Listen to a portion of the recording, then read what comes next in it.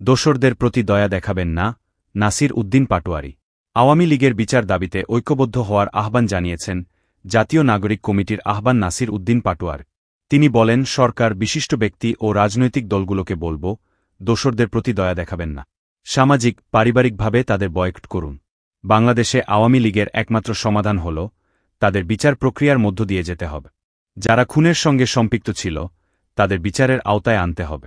শুক্রবার স্বৈরাচার প্রতিরোধ দিবস উপলক্ষে জাতীয় নাগরিক কমিটি আয়োজিত বাংলাদেশ রাষ্ট্রের স্বৈরতান্ত্রিক ভিত্তি, জুলাই ছাত্রজনতার অভ্যুত্থানের সম্ভাবনা শীর্ষক আলোচনা সভায় তিনি এ আহ্বান জানান। নাসির উদ্দিন পাটোয়ারির বলেন, আমরা যদি আওয়ামী লীগের নিবন্ধন বাতিলে এই নির্বাচনের আগেই সচেষ্ট না হই, তাহলে জনগণের সামনে গভীর সংকট অপেক্ষা করছে। আমরা মনে করি বাংলাদেশকে একটি গৃহযুদ্ধের দিকে ঠেলে দেওয়া হবে। সরকারের উদ্দেশ্যে তিনি বলেন, আওয়ামী লীগকে খুনের দায়ে গণতান্ত্রিক প্রক্রিয়ায় দ্রুত তাদের নিবন্ধন বাতিল করুন।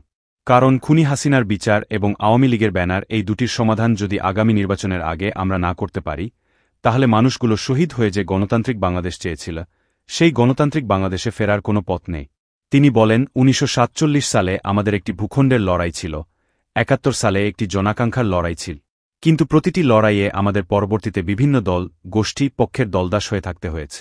আমাদের সামনে ১৯৯০ সালেও একটি সুযোগ এসেছিল, তিনটি দল নিজেদের মধ্যে একটি চুক্তি করেছি।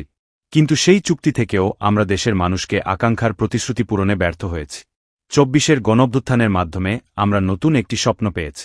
বাংলাদেশে যে স্বৈরতান্ত্রিক সংবিধানের কারণে আমরা আমাদের ২,০০০ ভাইকে হারিয়েছি, ৫০,০০০-এর ওপরে ভাইদের অঙ্গহানি হয়েছে, তারা এখনও হাসপাতালে কাতরাচ্ছে। আমরা আগামীতে বাংলাদেশে এ ধরনের কোনো রক্তপাত আর চাই না। তিনি আরও বলেন, ছাত্র সমাজের উদ্যোগের জাতীয় নাগরিক কমিটির যে দল আসছে, সেটি একটি মধ্যপন্থার দল হবে। যে দলটির কোনো বাইনারি প্রসেসের মধ্যে থাকবে না, মতাদর্শভিত্তিক বিভাজন থাকবে না। আমাদের সামাজিকভাবে ঐক্যের জায়গাটা গড়তে হবে।